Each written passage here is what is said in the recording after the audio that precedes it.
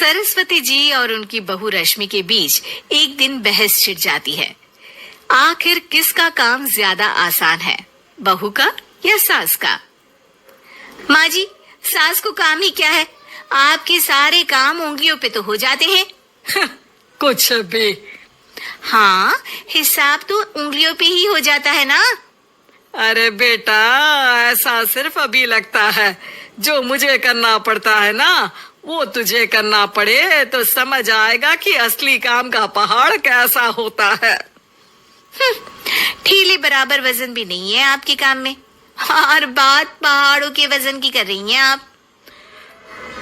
तू ऐसा करती ही क्या है घर में बेटा, ये तो बता मुझे। मैं थोड़ी ना कुछ करती हूँ, सब जादू से हो रहा है इस घर में। अरे एक दिन मेरा काम करोगी तो समझ आएगा। Okay okay, shut up. कल से मैं घर के काम करूंगी और तू मेरी जगह हर चीज का हिसाब रखना, ठीक है? ठीक है, ये भी कर लेते हैं। ये सास बहू की डील के बारे में रश्मि के पति अमन को नहीं पता था और ना ही अमन के पिताजी सुरेश जी को। पर गेहूं के साथ साथ जैसे घुन भी पिस जाता है, ये दोनों भी पिसने वाले थे। सुबह अमन उठकर रेडी होता है ऑफिस जाने के लिए, तो पता है उसके कपड़े नहीं निकले हुए हैं। अरे रश्मि, तुमने मेरे कपड़े नहीं निकाले? अपनी माँ से पूछो ना, उन्हीं का काम है ये। अमन अपनी माँ के पास जाता है। अब मेरे कपड़े आज आप देने वाले हो क्या माँ? हाँ, देना तो मुझे ही चाहिए, पर तेरी बहू ने कपड़े धोने ही नहीं डाले, तो कोई भी धुला हुआ कपड़ा नहीं है बेटा। हैं? ऐसा क्यों? कपड़े तो धोने आप ही देते हो ना माँ? अरे बहू ने तुझे बताया नहीं, अब हम अदल बदल गए हैं, मैं अब बहू और तेरी बीवी सास। अमन परेशान हो गया। वो बिना इस्त्री के कपड़े पहनकर ऑफिस चला गया। सरस्वती जी अपने घुटने के दर्द के कारण झुककर घर साफ नहीं कर पा रही थी और ना ही खाना बनाना याद रख पाई। उधर रश्मि पहले ही दिन घर की चाबी घुमा चुकी थी और 300 रुपए का हिसाब अलग नहीं मिल रहा था। पर दोनों का ही घमंड कैलाश पर्वत से भी बड़ा था और दोनों ही खेमे एक दूसरे की बात मानने को बिल्कुल तैयार नहीं थे। शाम को जब सुरेश जी और अमन खाना खाने बैठते हैं तो सरस्वती जी उनके सामने गाजर और पपीते लाकर रख देती हैं। अरे माँ, ये क्या है? ख्याली पुलाव के साथ सलाद। माँ जी खाना बनाना भूल गई लगता है। अरे एक एक चमन्नी का हिसाब है मेरे पास, खाना बनाना कैसे भूल जाऊंगी? ये तो मैंने पढ़ा था कि फल फ्रूट खाने से सेहत अच्छी रहती है, इसीलिए ये ले, एक फल खा ले। रात को सुरेश जी और अमन अपनी मीटिंग बिठाते हैं अकेले में। बाबूजी, इनकी लड़ाई के कारण ना हमें ठीक से खाना मिल रहा है, उल्टा घर के सारे काम रुक गए हैं। हाँ बेटा, 2 भैंसों की लड़ाई में बेचारे खेत के पौधों का भी नुकसान हो रहा है।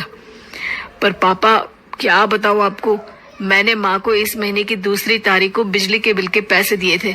आज बिल भरने के लिए मांगने गया तो पता चला कि रश्मि उन पैसों से गैस सिलेंडर ले आई। अच्छा, तो सिलेंडर के पैसों का क्या हुआ? अब सिलेंडर के तो कोई पैसे नहीं थे बाबूजी, हमारे घर पर गैस की पाइपलाइन लगी है ना। बेटा, इन दोनों का कुछ करना पड़ेगा, नहीं तो अपने घमंड के चक्कर में पूरा घर बर्बाद कर डालेंगे ये दोनों। अमन और सुरेश जी काफी सोच विचार के बाद एक निष्कर्ष पर पहुंचते हैं। रात ही को दोनों अपनी पत्नियों की अलमारी से नई साड़ी निकालते हैं और सुबह जब रश्मि और सरस्वती जी उठते हैं तो देखते हैं कि दोनों पति साड़ी पहनकर चढ़ाव पर सब्जियां काट रहे हैं। अरे ये सब क्या हो रहा है? क्या हो रहा है मतलब? आप दोनों अदल बदल हो सकते हो तो हम क्यों नहीं? अरे क्या मतलब? नहीं नहीं, मेरी भी बचपन से किसी की बहू बनने की इच्छा थी, तो आज से सरस्वती तुम बड़ी बहू, मैं मिडल बहू और अमन छोटी बहू। अरे लेकिन सब घर पर बैठ जाएंगे तो कमाएगा कौन? ये घर कैसे चलेगा? अब वो तो भैया या बाकी लोग जाने, अब हमने भी अदल बदल कर ही लिया है तो कुछ नहीं हो सकता। रश्मि और सरस्वती जी को समझ में आ जाता है कि उन दोनों की आपस की डील के वजह से इन दोनों को बहुत तकलीफ हो रही है और उनके ईगो ने दूसरों को कितनी यातनाएं दी है। अब असल में माँ जी आप सही थी, सास बनना बहुत मुश्किल है। अरे हाँ बेटा, और तू भी, मुझसे तो नहीं हो पाया सब घर के काम, वापस बदल ले क्या? हाँ हाँ बिल्कुल माँ जी, और अब आप दोनों भी बदल लीजिए। कोई आ गया तो आप दोनों को देखकर क्या सोचेगा? अच्छा है, आप दोनों के समझ में ये बात तो आई। मैं फटाक से कपड़े बदल लेता हूँ। अरे रुक जा बेटा, एक फोटो ले लेती हूँ तेरी। मेरी बेटी होती तो तेरे जैसी ही दिखती साड़ी